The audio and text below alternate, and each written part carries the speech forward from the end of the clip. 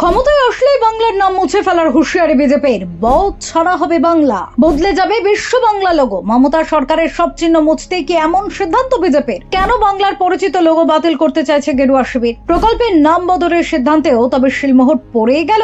এবার কোন লোগো ব্যবহার হবে বঙ্গের পরিচয় হিসেবে? পশ্চিমবঙ্গে এক সরকারের পতন ঘটে সিংহাসনে বসতে চলেছে অন্য এক দলের শাসক, আর এই আবহেই শোনা যাচ্ছে শুধু সরকার বদল নয়, বরং বিদায়ী সরকারের তৈরি বিশ্ব বাংলা লোগোতেও দেখা যাবে পরিবর্তন। গত 15 বছর ধরে তৃণমূল রাজ্যে বিশ্ব বাংলা ব্র্যান্ড লোগো চালু করেছিল, যেটি স্কুলের পোশাক থেকে শুরু করে সমস্ত সরকারি চিঠিতে ব্যবহার করা হতো। এমনকি রাস্তার বিভিন্ন জায়গাতেও নজরে পড়তো ব নকশার ওপর বেশ ছোট আয়তনে আঁকা অশোক স্তম্ভের ছবিটি।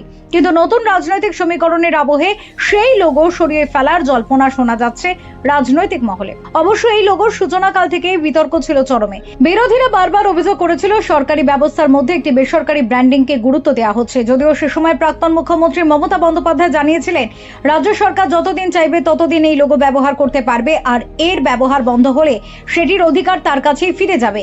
এবার মমতা বন্দ্যোপাধ্যায়ের লোগো পুনরায় তার কাছেই ফিরিয়ে দেওয়ার ব্যবস্থা করতে চলেছে গেরুয়া শিবির।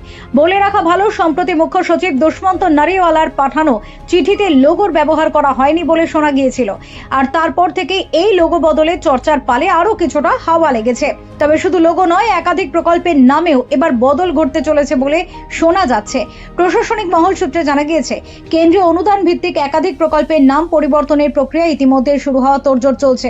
যদিও আপাতত এই সবই কেবল জল্পনার পর্যায়ে রয়েছে, কারণ সরকারিভাবে এই সকল আলোচনার উপর কোনো শিলমোহর পড়েনি। ফলে বিশ্ব বাংলা লোগো কিংবা প্রকল্পের নাম বদল এসব বাস্তবে পরিণত হবে কিনা তা নতুন সরকারের শপথ গ্রহণের পরই জানা যাবে।